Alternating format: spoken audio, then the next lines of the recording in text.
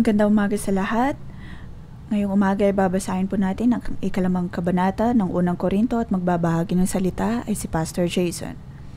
Lagyan po natin ito ng pamagat na Iglesia magkaroon ng otoridad na harapin ang kasalanan.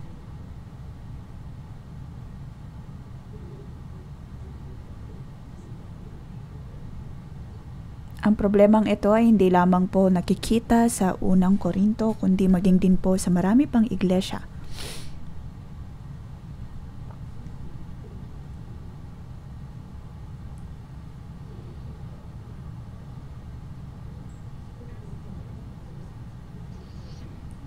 Kaya naman po bilang mga tao na responsable pagdating sa iglesia sa pagharap po natin ng kasalanan, maaaring ang saklaw nito ay napakalaki, maaaring maging napaka-istrikto. May mga iglesia na napaka-istrikto na magkamali ka lang ng konti ay palalayasin ka na sa iglesia. Meron din naman ng mga nagpapaliwala.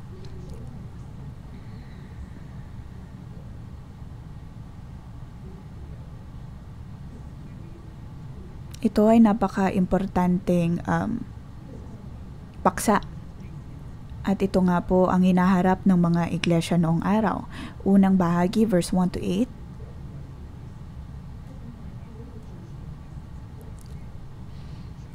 Unang punto, ang iglesia ay dapat na maging sensitibo pagdating sa kasalanan. Unang bersikulo, nakarating nga sa akin ang balitang mayroong kabilang sa inyo na gumagawa ng imoralidad, kinakasama niya ang asawa ng kanyang ama, kahit mga pagano ay hindi gumagawa ng ganyang kahalayan.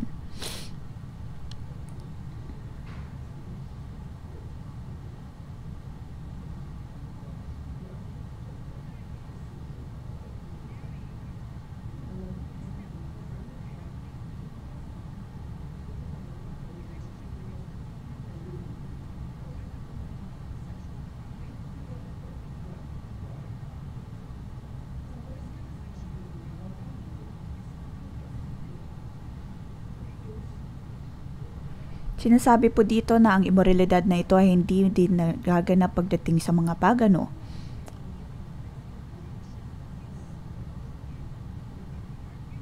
Ang mga ito ay tumigil maging sa Romanong Imperyo dahil hindi ito hinahayaan ng Diyos, ngunit nangyayari ito sa loob ng iglesia tulad ng nabanggit sa unang bersikulo. Ito ay napakalala.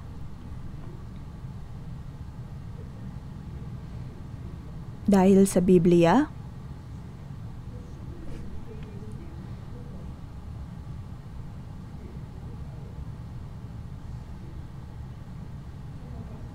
sinasabi ng Diyos na tayo po ang pinakamataas na nilikha ng Diyos. Kung kaya dapat po tayo maging maingat.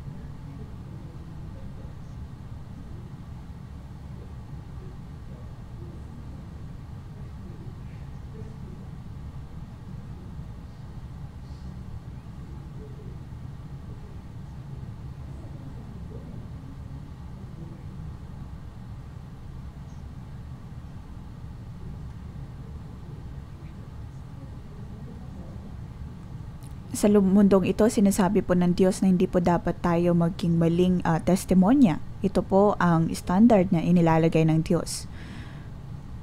Ngunit alam ko po na marami sa atin, marami sa lugar,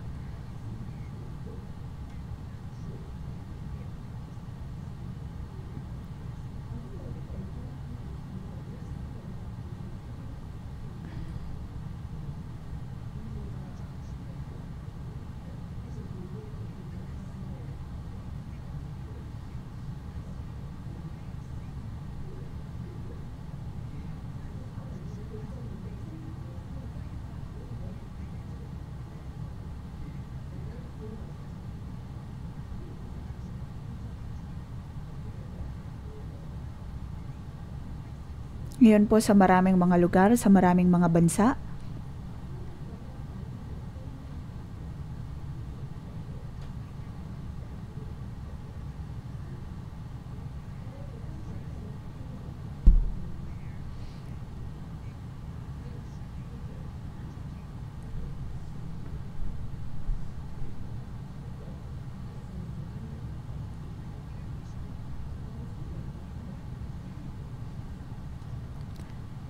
Sa Biblia ay nababanggit po doon na hindi po dapat tayo magkaroon ng imoralidad at ang inaangkala ng Diyos ay mas mataas pa sa kung anong nais ng mundo. Ngunit dito po ay mapagtatanto po natin ng isang bagay na ang imoralidad na ito ay hindi rin nagaganap pagdating sa mga pagano.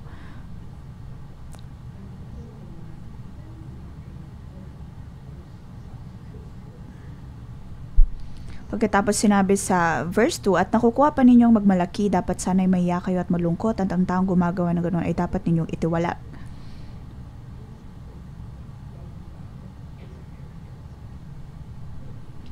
Ngunit bakit sila hindi humaharap ng problema o kaya'y ng pagpaparusa?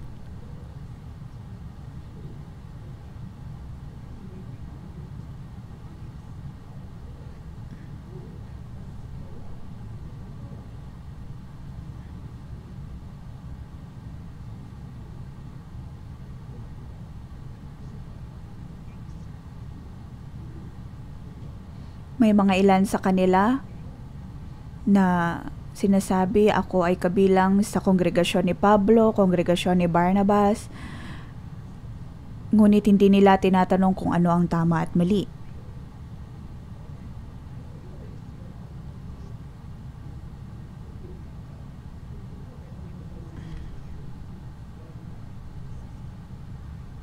Ang bagay po na ito ay nagmula sa kayabangan.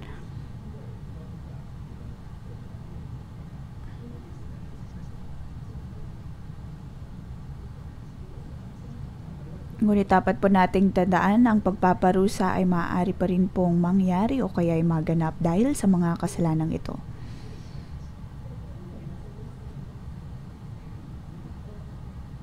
Kaya naman kung dumating po sa pagkakataon na ang iglesia ay puno na ng kasamaan, nang higit pa sa kung anong nakikita sa mundo, dapat po nating gawin ang ating obligasyon,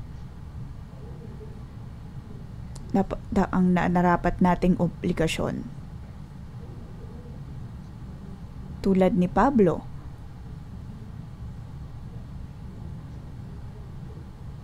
kanyang hinarap ang mga problemang ito.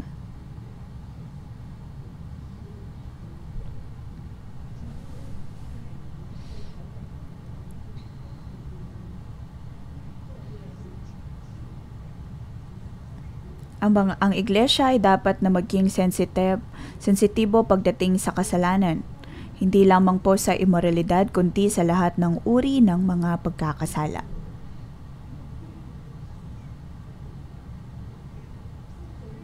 Dahil ang kasalanang ito ay makakalat ng kakalat.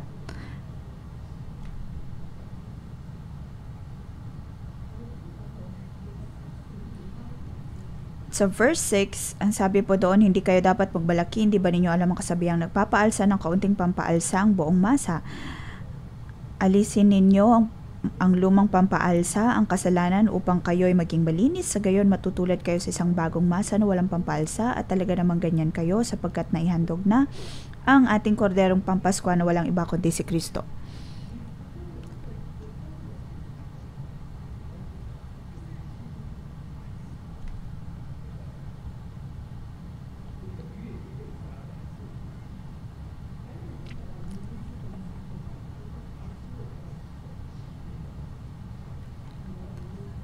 Sinasabi po dito na ang tao na naparusahan sa Pasko ay ang Kristo.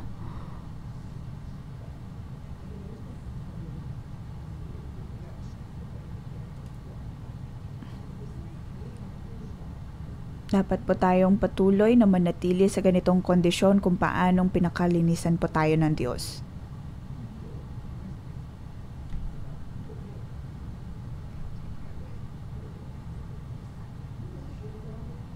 Kung ang unang taong nagkasala ay hindi po haharapin, patuloy pong mangyayari ito ng paulit-ulit kahit pa sa iba't ibang mga tao. At ito ay kakalat ng kakalat.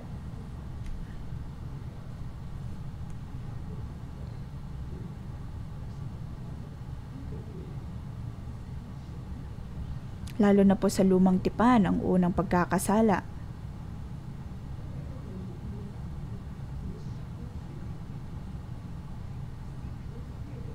Ang Diyos ay paniguradong magpapakita at magiging dahilan po ito ng mas mabigat pa na pagpaparusa.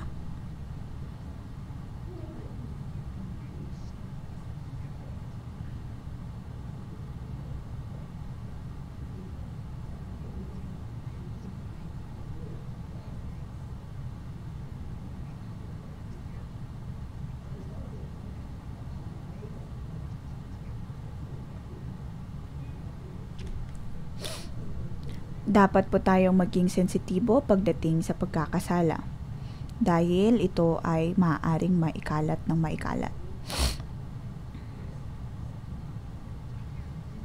Kung ang unang tao ay magsisinungaling at hindi po natin iyon haharapin, patuloy po itong mangyayari sa mas marami pang mga tao.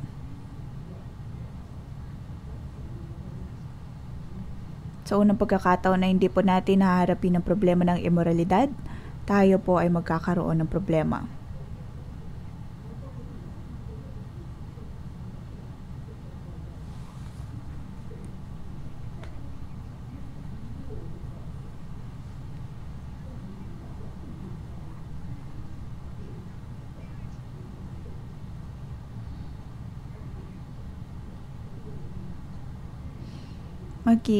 Magkakaroon din po ng epekto sa ibang tao.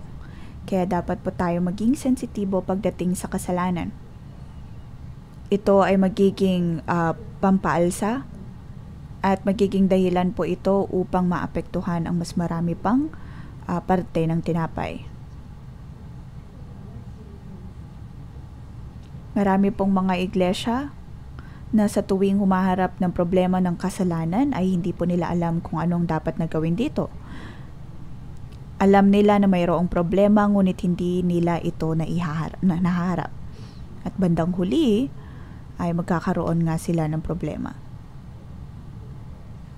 Halimbawa, sa libro ng mga hukom,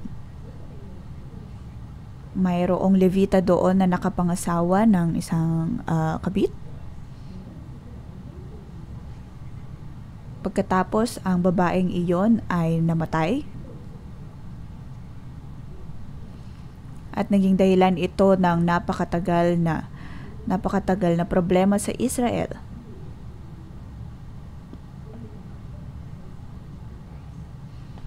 Hindi ba't ang mga Levita ay dapat na para sa mga pari?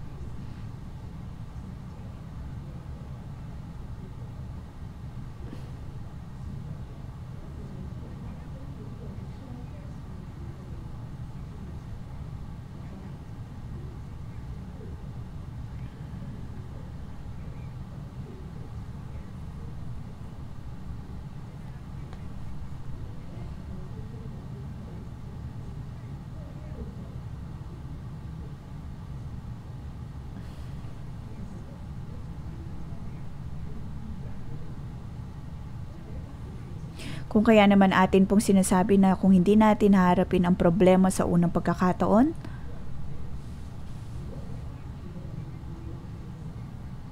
kung hindi po ito haharapin sa unang pagkakataon, patuloy po itong maipapakalat.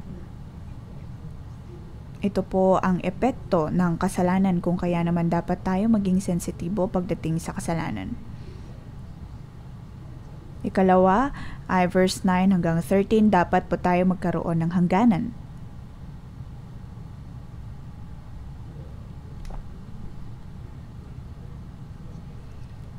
Verse 9, sinabi ko sa aking sulat na wag na kayong makisalamuha pa sa mga nakikiapid. Kung tutuusin sa Korinto ay mayroon pa pong isa pang kasulatan. At nabanggit din po ang isa pang uri ng problema.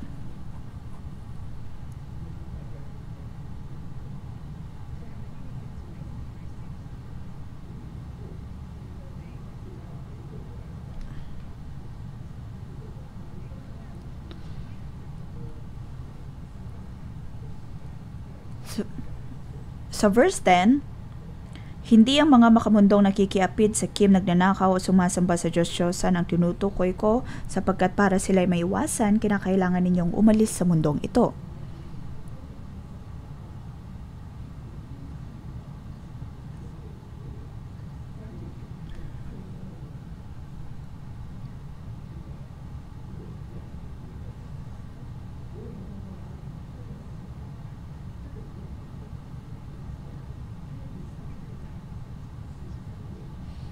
Kung kaya naman ang sinasabi po dito, ang standard na ito ay para sa iglesia at hindi para sa mga taong nasa mundo.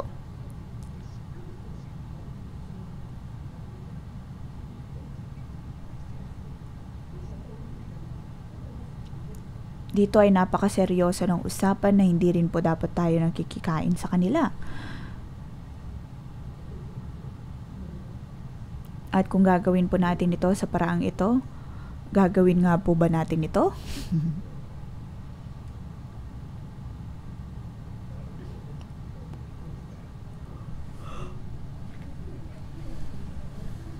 Maaring noon sa pag-alam po natin ng katotohanan ito ay napaka-stricto po natin. Halimbawa ay kung ang mga magulang ay sumasamba sa mga Diyos-Diyosan, pagkatapos sasabihin po natin sila hindi po natin kakainin ang pagkain na kanilang inahanda, o kaya pagdating sa mga kamatayan ay meron silang paraan. Mayroon silang paraan ng pagkilos.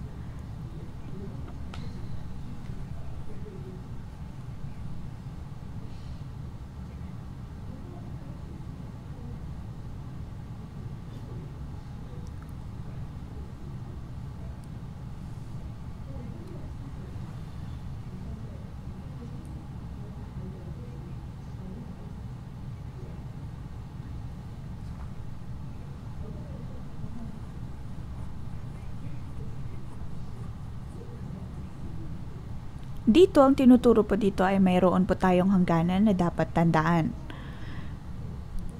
Ang mga bagay na nasa labas ng iglesia ay hindi po ang mga bagay na dapat nating pakialaman. Wala po yon sa ating otoridad. Ngunit mayroon pa rin mga tao na pumupunta sa mga taong ito at hahatulan sila o kaya husgahan sila. Ngunit ang dapat po nating mas bigyang pansin ay ang mga nasa loob mismo ng iglesia. Ito ay isang bagay na dapat po nating maunawaan.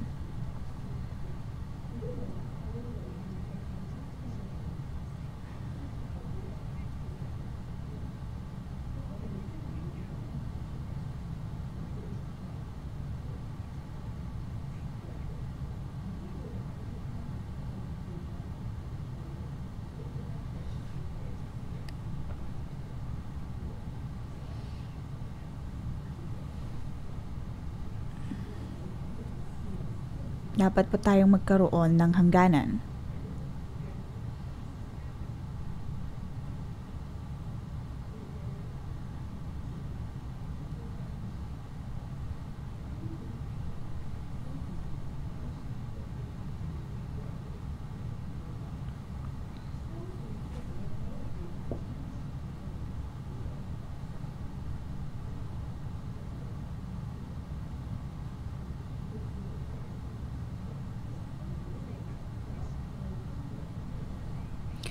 Ganon din po pagdating sa issue ng divorce, sa muling pagkakasal.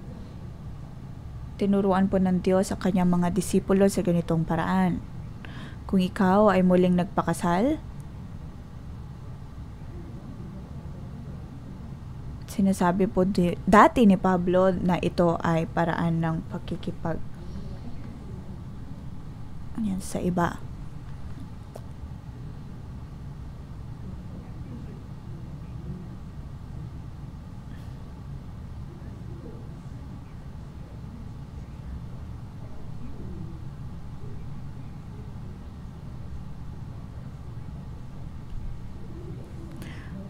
Para sa mga disipulo ay mayroon po silang inaasahan na ganitong paraan, ngunit alam din po nila na hindi lahat ay kayang isabuhay po ito.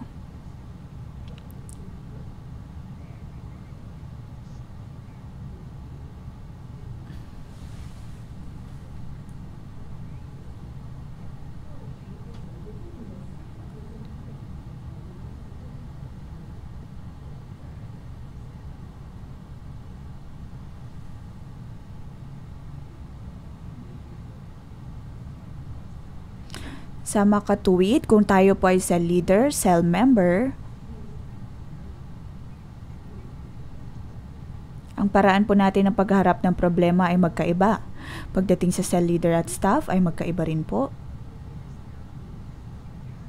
Kung ikaw ay staff at isang pastor, ang paraan ng pagharap ay magkaiba din. Laging mayroon pong hangganan.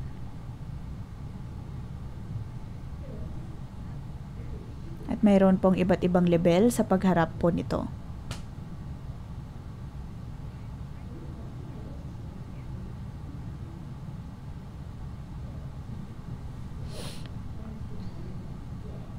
Sa verse 5, sinasabi po dito,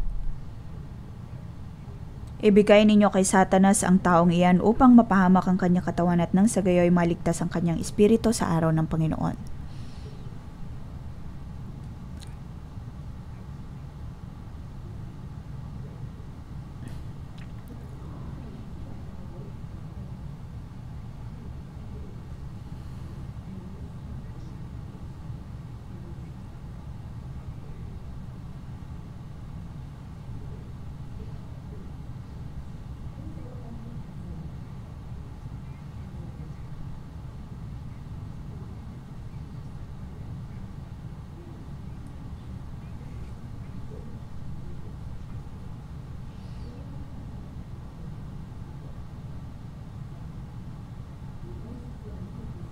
Katulad po ng nangyari sa panibughong anak.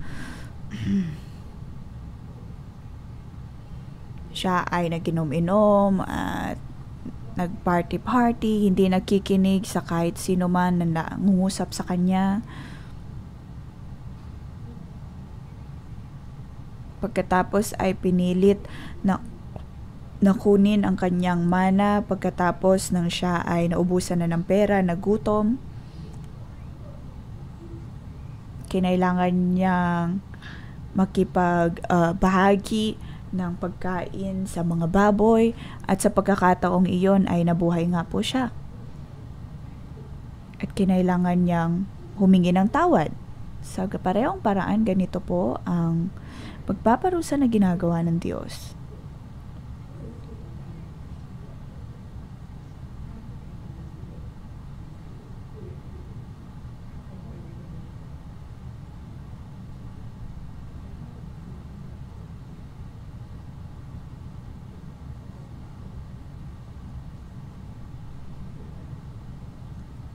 Maaari pong sa ating buhay ay tumigil na po tayo sa pagdalo ng iglesia, pagdalo o kaya ay pagtanggap ng komunyon.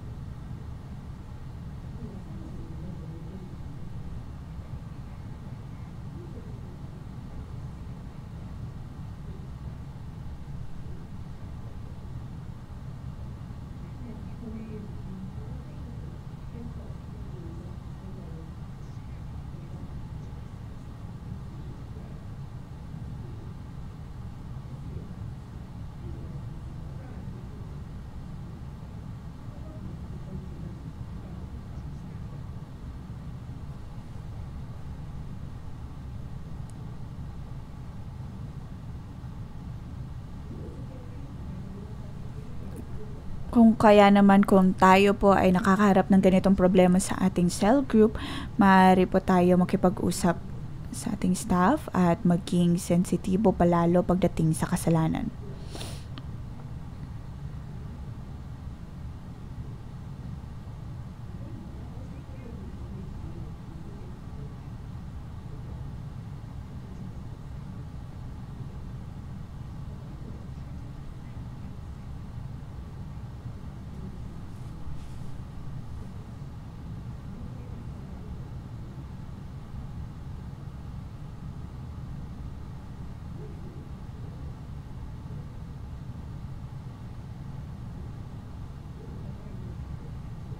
Tayo man po ba ay nagmi-ministeryo, cell leader, o kaya ay mga magulang? O kaya sa iglesia, tayo pong tinatawag na manager, tayo po ay mayroong otoridad? Dapat po nating bigyan ng atensyon ang kasalanan, maging sensitibo pagdating sa kasalanan. dahil ito ay may kinalaman po sa atin pong relasyon maging sa Diyos.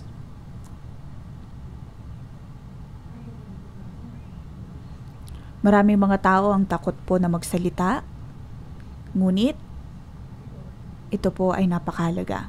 Dahil kung hindi po tayo gagawa ng paraan upang magsalita kahit pa sa unang pagkakataon ng pagdinig ng kasalanan, tayo po ay mahihirapan. Dapat po nating hingin ang tulong ng Diyos.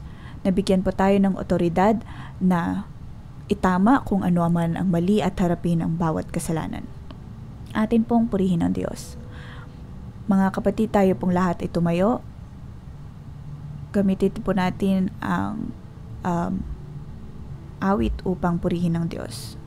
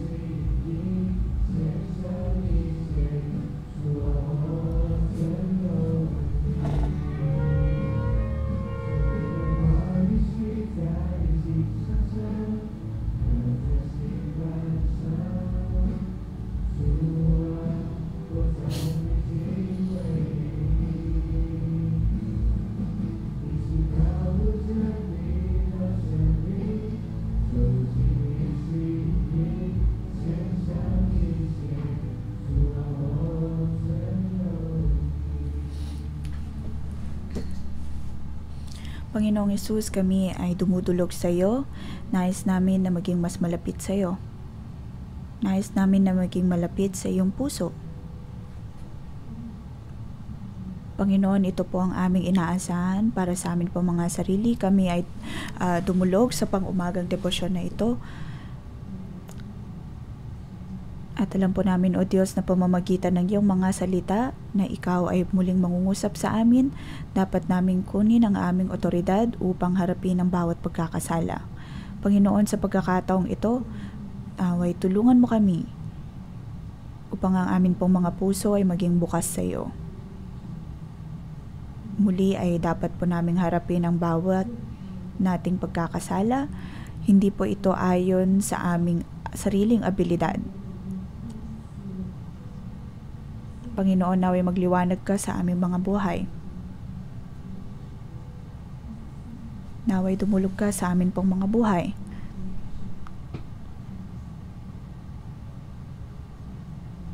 Tulungan mo kami, O Diyos, na makita kung kami nga po ba ay may sa mga bagay na dapat matama sa amin pong mga buhay.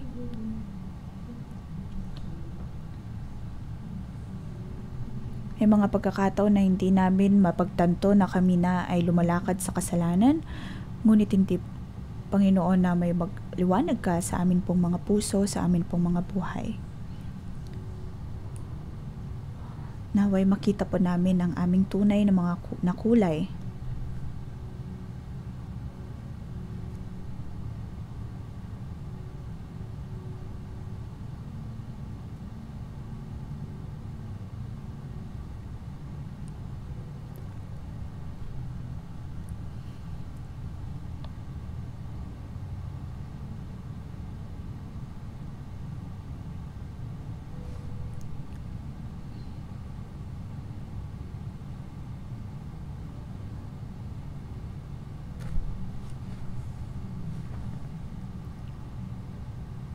Kung sa pagkakataong ito, ang banal na espiritu ay nangungusap po sa inyong mga puso ay napagtanto ninyo ang mga kasalanan na inyong nagawa sa harap ng Diyos, at alam ninyo na kayo ay naroon pa rin ang pampaalsa ng kasalanan, kasakiman, pagsisinungaling, o kaya problema sa kalamnan.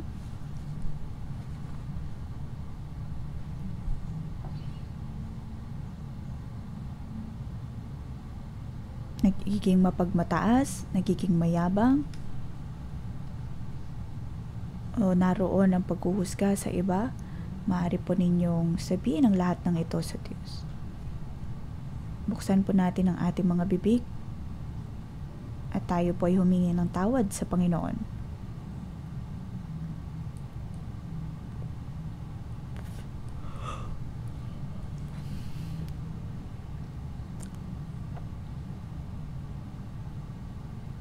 Naway magkaroon po tayo ng paraan na makalabas sa bawat nating kasalanan.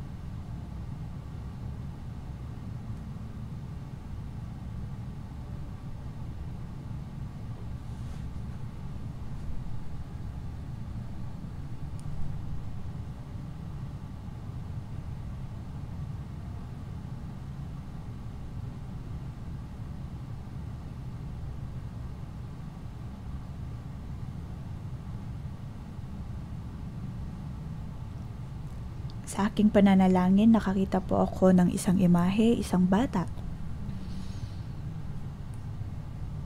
na nasa kadiliman, nasa napakamadilim na kwarto.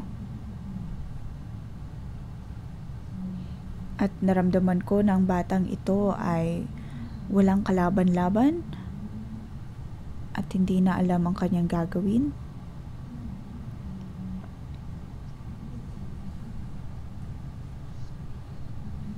Pakiramdam niya ay siya'y napakadumi dahil sa dami ng mga kasalanan. Napakadaming kadiliman sa kanyang mga puso na dapat niyang harapin, at hindi niya maharap ang Diyos dahil sa mga bagay na ito. Panginoon, binigyan mo kami ng habag.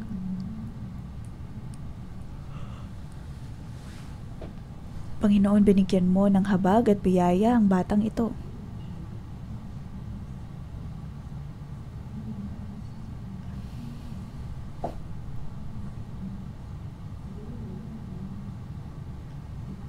Panginoon, bigyan mo kami ng kalakasan na harapin ang bawat naming kakulangan, ang bawat naming kahinaan.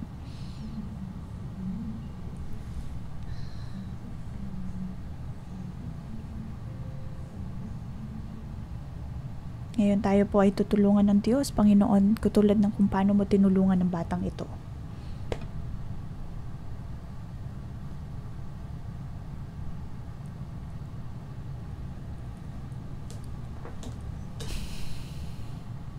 Panginoon, tulungan mo kami. Panginoon, kailangan kita.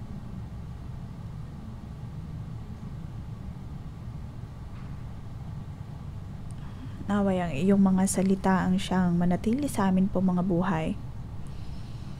Nakikita po namin, O Diyos, kung paano ang buhay po namin ay napakaraming mga problema. Naway maging handa kami na harapin ang mga ito. Sa maraming pagkakataon, O Diyos, kami ay masyadong abala at ayaw ko na dumulog sa iyo. Maraming mga pagkakataon na ako ay maiirita o kaya ay mas gugustuhin na manood ng mga bagay-bagay upang makapagpahinga at hindi ka hinaharap upang harapin sana kung ano man ang nangyayari sa akin pong buhay. Panginoon, naway tulungan mo ko. Hayaan mo, Diyos, na ang buhay na ito ay maging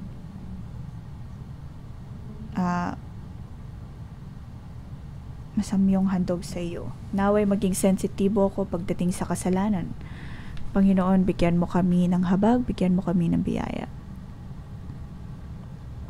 Panginoon, ako ay dumudulog sa iyo.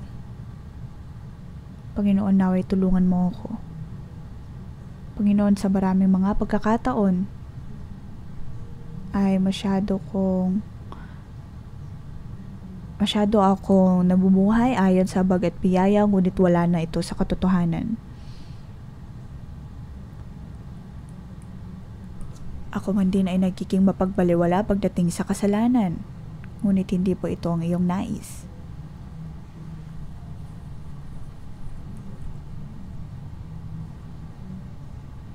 May mga pagkakataon na ako'y napaka-istrikto, napaka-sensitibo, ngunit may mga pagkakataon din na hindi ko alam kung ano ang dapat na gawin.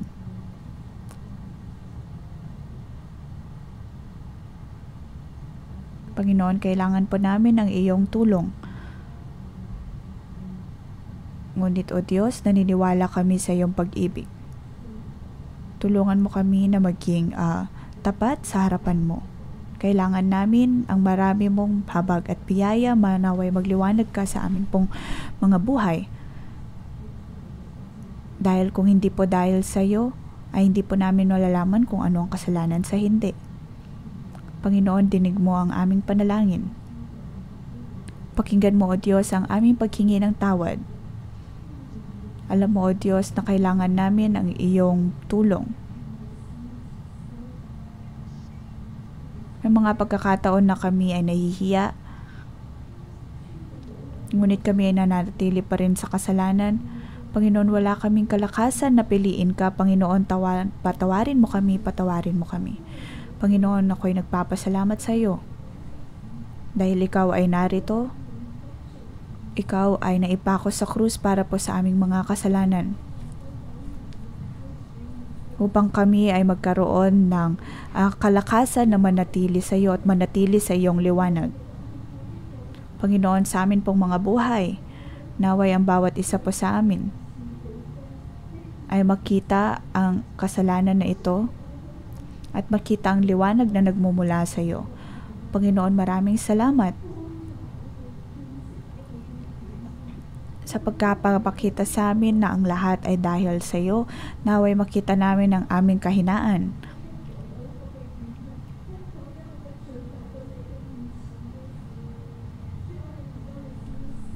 Panginoon, kami ay dumudulog sa iyo. Naway matanggap namin ang habag at biyaya na nagmumula sa iyo. Hindi na kami mahihiya.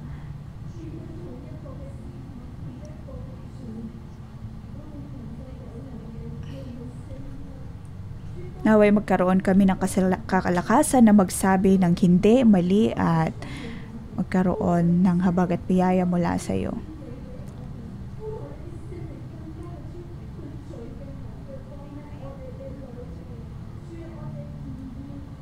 Banal na Espiritu, naway tulungan mo kami. Ayaw po namin, O Diyos, na lumakad sa kadiliman. Ang nais namin ay lumakad sa iyong liwanag. Naway ang iyong habag at biyaya ang siyang tumulong sa amin. Sa mga pagkakataon na kami ay dumudulog sa iyo,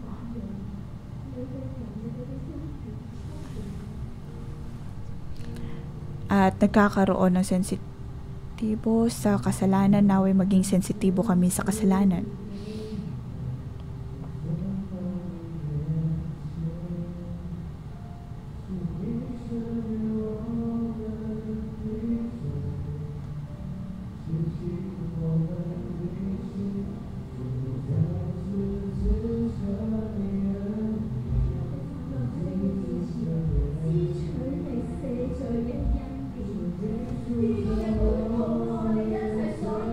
Panginoon, nais namin humingi ng kapatawaran. Naway ang bawat isa po sa amin, naway tulungan mo kami, O Diyos. Tulungan mo kami na matanggal ang kayabangan sa amin. Ang lahat ng karumihan sa amin ay iyong pakalinisan. Panginoon, ang iyong salita, tulungan mo kami na matanggal ang lahat ng ito.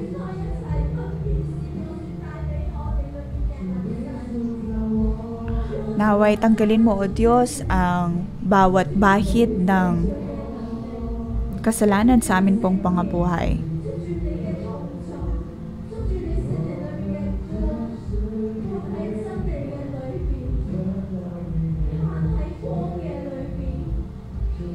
Tulungan mo kami, O Diyos, na lumakad sa liwanag at ang iyong mga salita ang magsilbi naming kalakasan.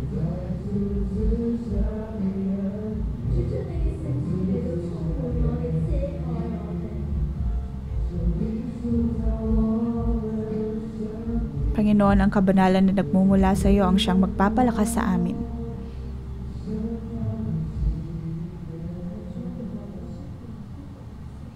Panginoon, ikaw ay talagang kailangan namin.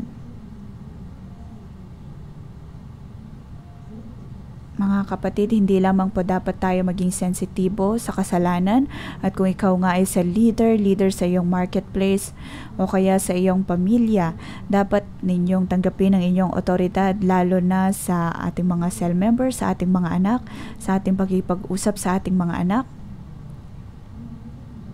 Naway ang bawat isa ay makalakad sa kalooban ng Diyos. Kung tayo po ay dumulog sa Diyos at naway tulungan tayo ng Diyos, naway magkaroon po tayo ng karunungan na nagmumula sa Kanya.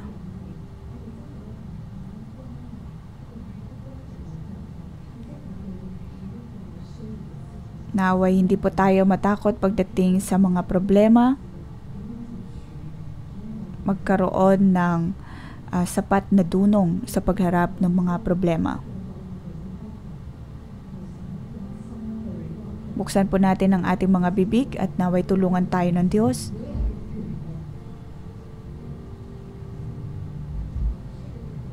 Humingi po tayo ng tulong sa Diyos at naway tayo ay Kanyang tulungan.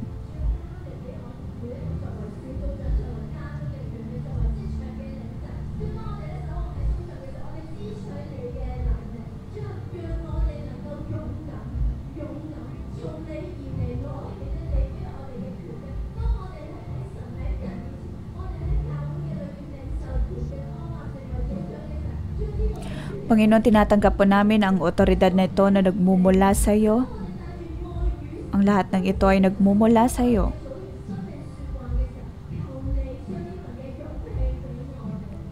Tulungan mo kami na mangusap sa amin pong mga cell leader, cell member. Atin din pong ipanalangin ang ating mga branch church.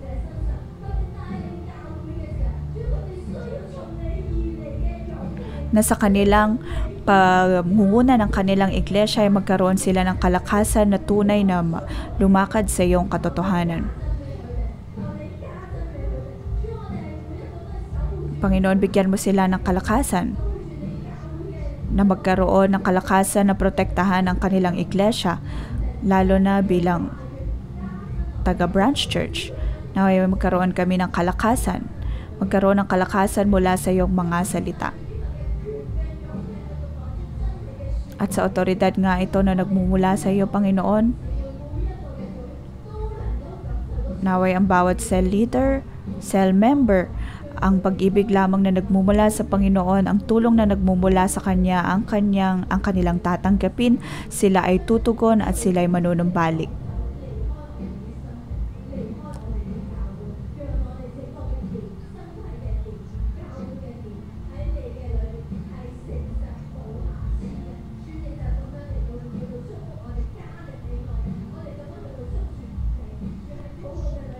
Naway ang iglong iglesia ay mahanap mo, O Diyos, na walang kasalanan, walang bahid ng karumihan. Ito po ang aming panalangin sa ngalan ni Jesus. Amen.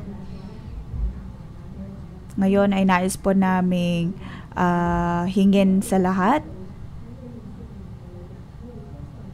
Kung alam po ninyo na mayroon sa inyo na dahil sa kasalanan ay iniwan nilang iglesia, maaring sila ay magkasama na sa kanilang mga bahay. Pagkatapos ng sila ay sabihan ng cell leader na lumisan o kaya ay magkiwalay,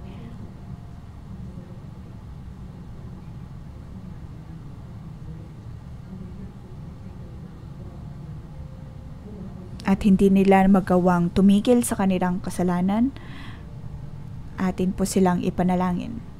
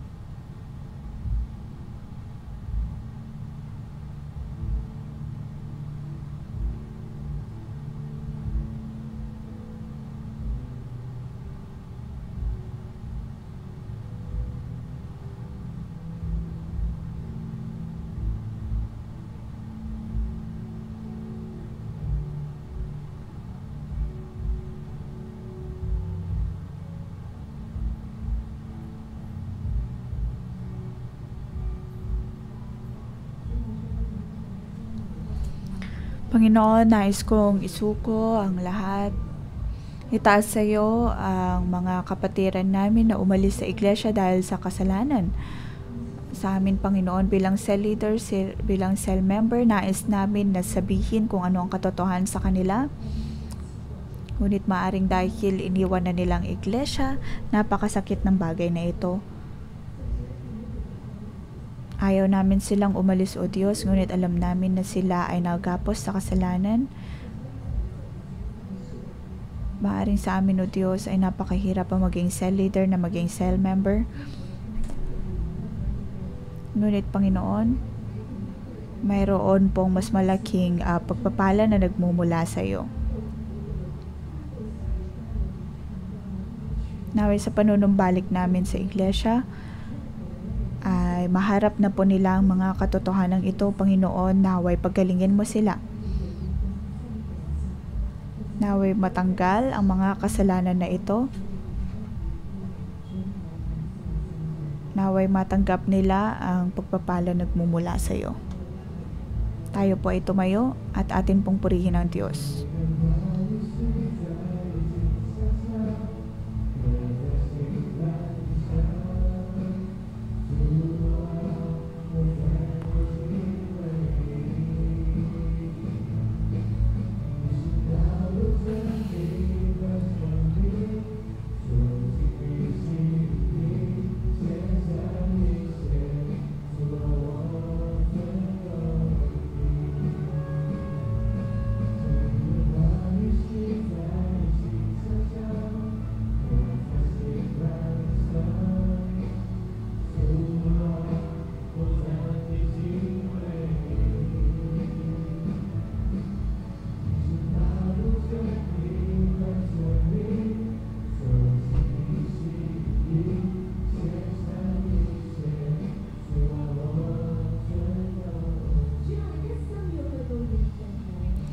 Panginoon, ang nais namin ay ang umasa lamang sa iyo at dumepende lamang sa iyo.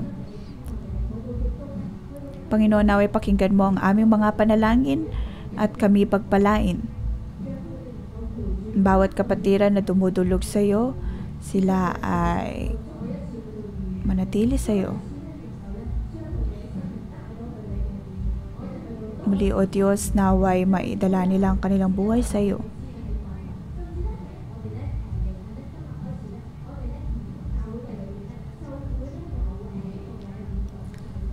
At ngayon nga po ay magkakaroon po ng worship camp ang atin pong mga children church. Mayroon po silang 130 na volunteers. Atin pong ipanalangin na sila ay mapagpala. Panginoon, narito sila na kinikilala ka.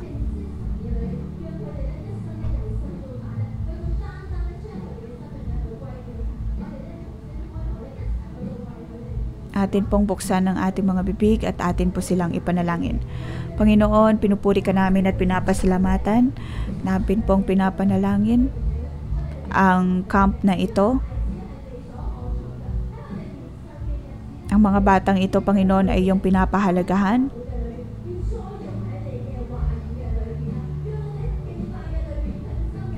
Naway lumago sila sa kanila pong mga buhay. Naway matanggap nilang iyong kabutihan.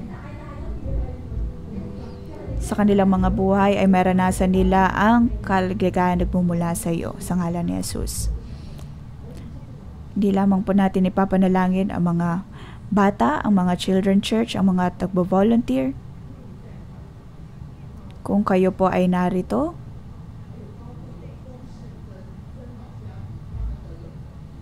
nais po namin kayong pagpalain. Maging sa mga taga Mercy House, mayroon din po silang pupuntahan. Natis po natin silang ipanalangin.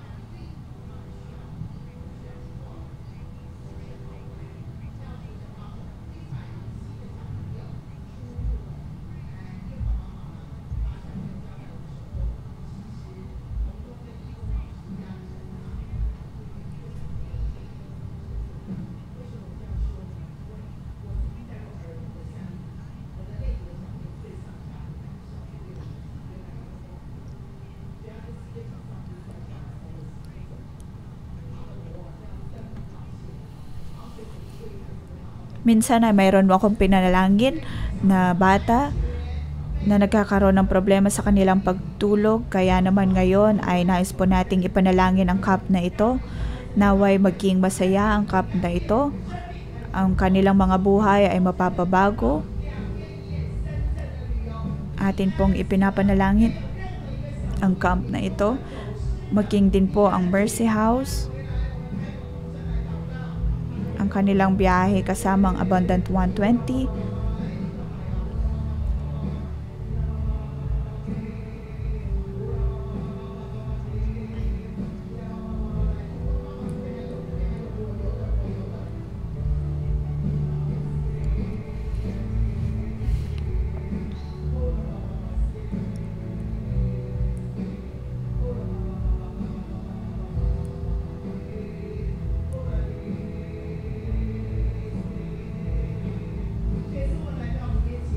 Panginoon, kami ay dumudulog sa iyo. Amin pong pinapanalangin ang bawat staff na narito sa kanilang paghahanda, ang bawat guro, bawat volunteer. Amin pong pinapanalangin ng iyong salita ang siyang magpalakas sa kanila. Atin pong ipinapanalangin na sa kanilang pagdalo, naway magkaroon sila ng maayos na tulog, magkaroon ng sapat na kalakasan. Bigyan mo po sila, O Diyos, ng kalakasan. Naway matanggap ka nila, O Diyos. Ang kanilang buhay nga po, O Diyos, ay magkaroon ng pagbabago. Sa ngalan ng Panginoong Hesus, amin pong pinapanalangin ang Mercy House. Ang Abundant 120 na sa kanilang pagdalo ng camp na ito, ang lahat ng kanilang kailangan ay magiging maayos. At ang biyahe ngang ito, O Diyos, ay magiging masaya. Panginoon, amin din pong ipinapalangan ang Wonderful 611 na mayroon silang special treasure child na nawawala, naway makabalik na ang batang ito.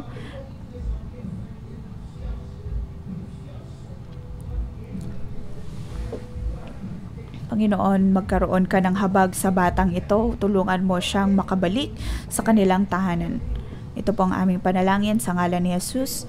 Tayo po, atin pong itaas ang ating mga kamay at tayo po ay tumanggap ng papala. Panginoon, aming pinapanalangin ang bawat kapatiran na narito.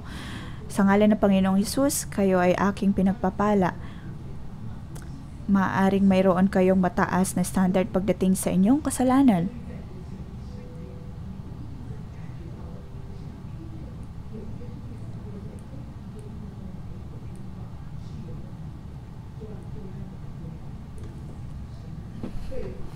Naway maharap po natin ang ating sariling pong mga problema.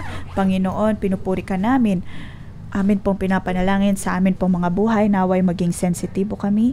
Akin din pong pinagpapala ang bawat isa na hindi lamang po kayo magkaroon ng kalakasan na paharapin ang inyong problema, ngunit maging din sa pagharap ng inyong otoridad ng mga mas mababa sa inyo, magkaroon kayo ng sapat na dunong at kalakasan kung paano harapin ang kanilang mga problema, ang kanilang pagkakasala.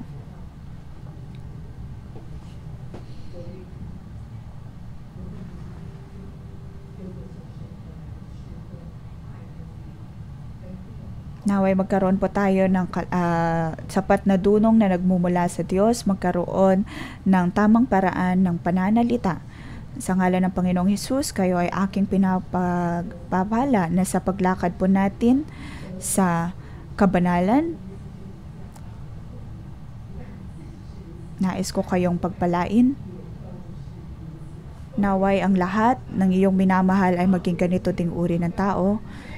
Ito po ang ating pong inaasahan at ipinapanalangin sa ngalan ni Jesus. Amen. Dito po nagtatapos ang ating pang-umagang debosyon. Magandang umaga.